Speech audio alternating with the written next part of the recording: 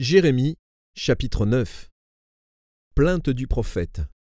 Oh, si ma tête était remplie d'eau! Si mes yeux étaient une source de larmes, je pleurerais jour et nuit les morts de la fille de mon peuple. Oh, si j'avais au désert une cabane de voyageurs, j'abandonnerais mon peuple, je m'en éloignerais. Car ce sont tous des adultères, c'est une troupe de perfides. Ils ont la langue tendue comme un arc et lancent le mensonge.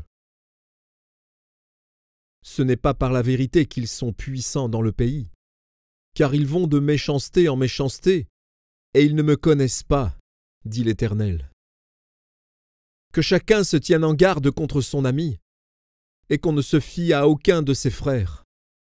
Car tout frère cherche à tromper, et tout ami répand des calomnies.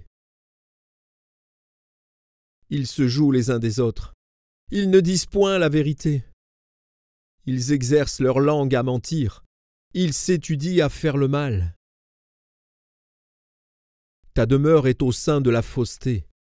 C'est par fausseté qu'ils refusent de me connaître, dit l'Éternel. C'est pourquoi ainsi parle l'Éternel des armées. Voici, je les sonderai, je les éprouverai. Car comment agir à l'égard de la fille de mon peuple? Leur langue est un trait meurtrier. Ils ne disent que des mensonges.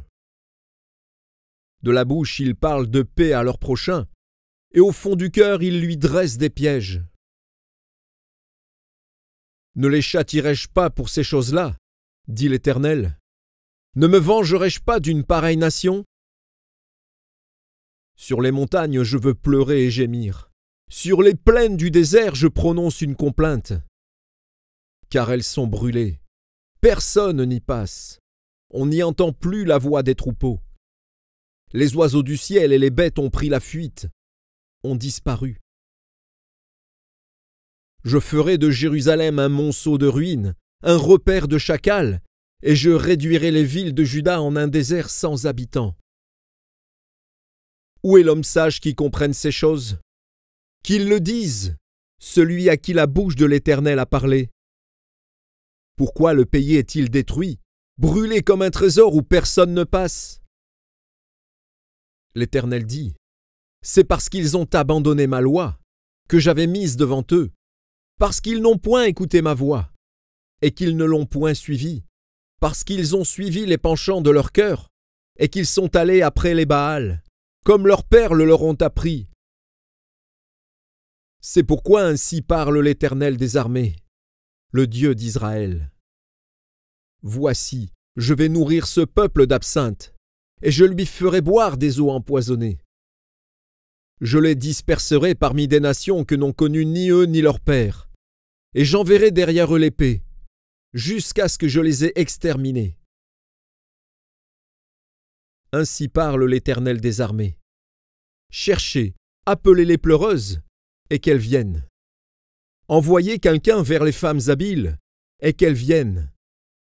Qu'elles se hâtent de dire sur nous une complainte, et que les larmes tombent de nos yeux, que l'eau coule de nos paupières. Car des cris lamentables se font entendre de Sion. Et quoi? Nous sommes détruits, nous sommes couverts de honte, il nous faut abandonner le pays. On a renversé nos demeures. Femmes, écoutez la parole de l'Éternel, et que votre oreille saisisse ce que dit sa bouche. Apprenez à vos filles des chants lugubres, enseignez-vous des complaintes les unes aux autres, car la mort est montée par nos fenêtres, elle a pénétré dans nos palais, elle extermine les enfants dans la rue, les jeunes gens sur les places. Dis, ainsi parle l'Éternel. Les cadavres des hommes tomberont comme du fumier sur les champs, comme tombe derrière le moissonneur une gerbe que personne ne ramasse. Ainsi parle l'Éternel.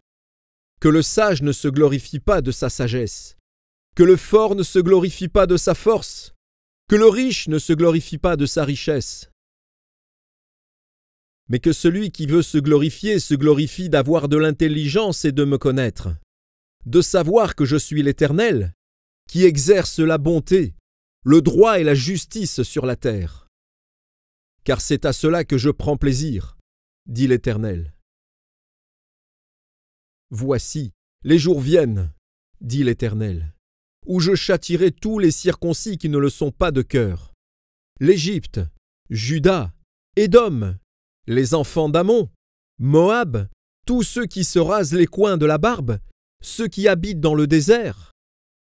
Car toutes les nations sont incirconcises, et toute la maison d'Israël a le cœur incirconcis.